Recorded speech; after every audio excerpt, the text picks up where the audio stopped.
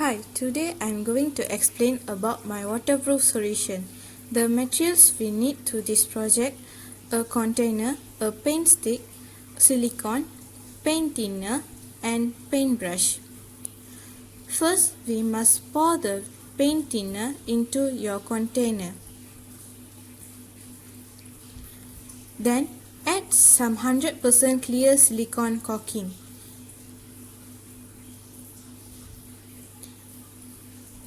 Stir the contents until completely dissolved.